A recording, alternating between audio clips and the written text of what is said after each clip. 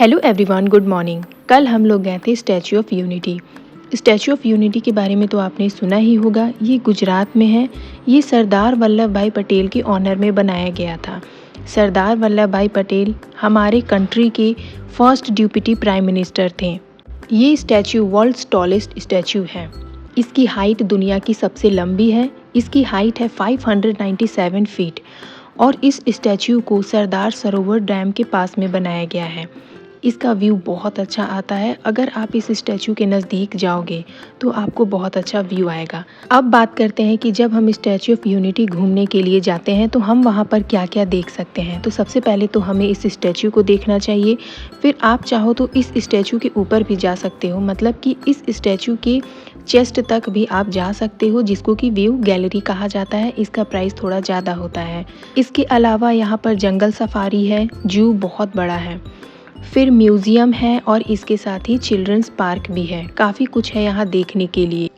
Statue of unity Ekta Nagar में है। आप यहाँ पर ट्रेन या बस किसी से भी जा सकते हो, लेकिन जैसे ही आप एकता नगर पहुँचते हो वहाँ से हमें बस पर ही बैठना पड़ता है स्टैचू ऑफ यूनिटी जाने के लिए। हम लोग बाय रोड गए थे कार से, क्योंकि हमारे घर से 1.5 घंटे का ही डिस्टेंस था। लेकिन जैसे ही हम एकता नगर पहुँचे वहाँ से हमने बस का टिकट लिया और फिर स्टैचू ऑफ यूनिटी गए। इसका टिकट ज़्यादा नहीं, 200 से 300 के अराउंड था। अब हम लोग बस में बैठ गए हैं। सबसे पहले हम लोग जंगल सफारी गए थे। स्टैचू ऑफ यूनिटी हम लोग रात में गए थे, इसलिए हमने सुबह का व्यू नहीं देखा। लेकिन जैसे ही आप बस में बैठते हो तभी आपको धुंधला सा स्टैचू ऑफ यूनिटी का व्यू दिखेगा, जो कि बहुत अच्छा लगता है, बहुत ही प्यारा। ये बहुत बड़ा स्टैचू है। अब हम लोग यहाँ पर जंगल सफारी पहुँच गए हैं जू में। इसमें बहुत सारे एनिमल्स और बर्ड्स थे। जैसे ही मैं एकता नगर पहुँची थी वहाँ से मैंने एक हैट खरीदा था, क्योंकि धूप बहुत ज़्यादा थी।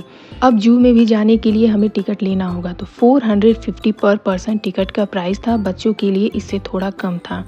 जू के अंदर हमने एंटर कर लिया है। यहाँ पे बहुत सारे एनिमल्स और बर्ड्स थे। बच्चों के लिए तो बहुत ही इंटरेस्टिंग होता है। बच्चे काफ़ी कुछ इससे सीखते हैं। जितना कि वो बुक से नहीं समझ पाते हैं, उतना वो सामने से देख करके सीख लेते हैं। मेरे बेटे ने तो बहुत इंजॉय किया। हम लोगों ने थोड़ा सा स्नैक्स रख लिया था ताकि भूख लगे तो हम लोग बच्चों को खिला सकें। बीच बीच में मेरा बेटा सो भी जाता था। वैसे जब आप जंगल सफारी में जाते हो तो आपको व्हीकल्स प्रोवाइड किया जाएगा। तो चलिए अब मैं आपको कुछ एनिमल्स दिखाती हूँ। एनिमल्स ये बहुत दूर थे तो इनको जूम करके मुझे लेना पड़ रहा था। तो आइए देखते हैं क्या क्या एनिमल्स मैंने देखा। जिन जिन को मैंने देखा उसमें से कुछ का मैंने वीडियो बनाया है। ये है लायन, जो कि सो रहा था। फिर इसके आगे हमने जाके देखा तो एक लायनिस भी थी। ऐसे ही बहुत सारे एनिमल्स थे जो कि सो रहे थे या फिर बहुत दूर में थे। ये है बंगाल टाइगर। फिर यहाँ से बाहर आकर के हम लोग व्हीकल में बैठ गए और व्हीकल में बैठ कर के भी आप बहुत सारे एनिमल्स देख सकते हो। जैसे कि बीच में हमने एक हिप्पो को देखा। फिर इसके बाद हम लोग चले गए बर्ड्स देखने। वहाँ पे भी बहुत तरह के बर्ड्स थे, काफ़ी वैरायटी था बर्ड्स का। सबसे पहले हमने मोर को देखा। फिर इसके आगे जा कर के इसके ऊपर बहुत सारे पैरट भी उड़ रहे थे। फिर इसके आगे और भी दूसरे कंट्री के बर्ड्स थे जिसका नाम की बोर्ड में मेंशन किया हुआ था। वो पढ़ के ही हम लोग समझ रहे थे कि ये कौन सा बर्ड है, इसका नाम क्या है।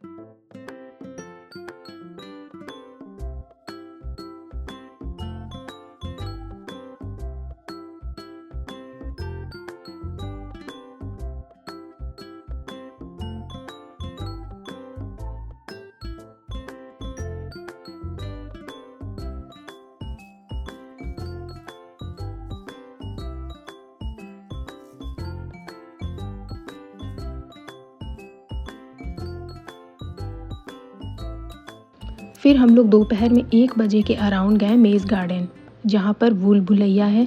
वो भी बहुत अच्छा था, लेकिन हम लोग भूल भुलैया के अंदर नहीं गए क्योंकि बच्चे हमारे साथ थे और हमारे पास टाइम भी इतना नहीं था। शाम में हमें स्टैचू देखने के लिए जाना था, इसलिए हम लोग भूल भुलैया में नहीं गए। वैसे था ये बहुत अच्छा।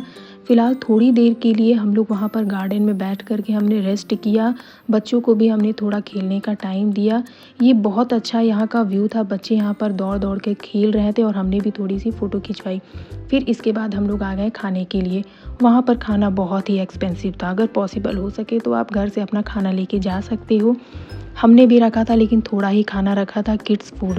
लेकिन अब हमें भूख लगने लगी थी तो लंच के टाइम पे हमने खाया डोसा, बर्गर, नूडल्स, इसके अलावा और भी बहुत कुछ खाया। पर वहाँ का खाना बहुत ही महंगा था, बहुत ही ज़्यादा कॉस्टली था।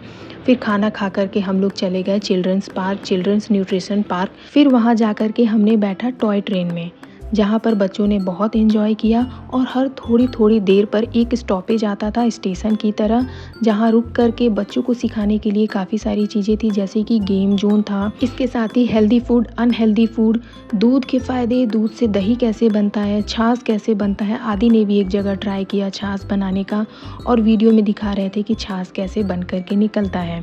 फिर इसके बाद हम लोग चले गए, एक मिरर जैसा रूम था जहाँ की बहुत सारे मिरर थे और इसमें से हमें निकलना था। वहाँ मैंने देखा कि आदि बहुत एंजॉय कर रहा था। आदि एक नैप लेकर के उठ चुका था और हमने थोड़ा खाना भी खिलाया था। तो अब आदि बहुत ही एक्टिव था, वो मज़े से एंजॉय कर रहा था। पर इसमें ध्यान भी देना पड़ रहा था कि बच्चे कहीं गुम ना हो जाएँ। फिर हम लोग चले गए स्टैच्यू ऑफ यूनिटी की तरफ। रात हो गई थी, क्योंकि अब हमें रात हो गई थी स्टैच्यू ऑफ यूनिटी जाते-जाते। स्टैच्यू को हमने रात में देखा और वहाँ पर लाइट शो होता है, तो हमने डायरेक्ट लाइट शो ही देखा, दिन में तो हम देख नहीं पाए। रात में हम लोग गए थे देखने के लिए, बहुत ही अच्छा लाइट शो हो रहा था। इसमें हिस्ट्री बताई जा रही थी और भी बहुत सारी चीज़ें बताई जा रही थी, बहुत ज़्यादा अच्छा लग रहा था। लेकिन पूरा लाइट शो ख़त्म होने से पहले ही हम लोग निकल गए, क्योंकि हमें डर था कि कहीं निकलते टाइम बहुत ज़्यादा भीड़ ना हो जाए। बस से ही हमें अपने कार की तरफ जाना था, तो इसके ख़त्म होने के 10 मिनट पहले ही हम लोग निकल गए। ओवरऑल हमें बहुत ज़्यादा मज़ा आया, लेकिन अगर आप स्टैच्यू ऑफ यूनिटी जा रहे हो तो बेहतर होगा कि एक बार आप दिन में इसे ज़रूर देखें। हमारा ये फर्स्ट टाइम था, इसलिए हम लोग दिन में देख नहीं पाए। लेकिन नेक्स्ट टाइम हम जब भी जाएंगे तो अब हम सबसे पहले सुबह जाने वाले हैं। सुबह में जा कर के एक बार स्टैच्यू ऑफ यूनिटी देखेंगे और फिर रात में जब जाएंगे तब हम लोग वहाँ पर लाइट शो देखेंगे। तो दोस्तों, यही था मेरा ब्लॉग स्टैच्यू ऑफ यूनिटी का। अगर आपको वीडियो अच्छी लगी हो तो वीडियो को लाइक ज़रूर करिएगा, चैनल को सब्सक्राइब करना ना भूलें।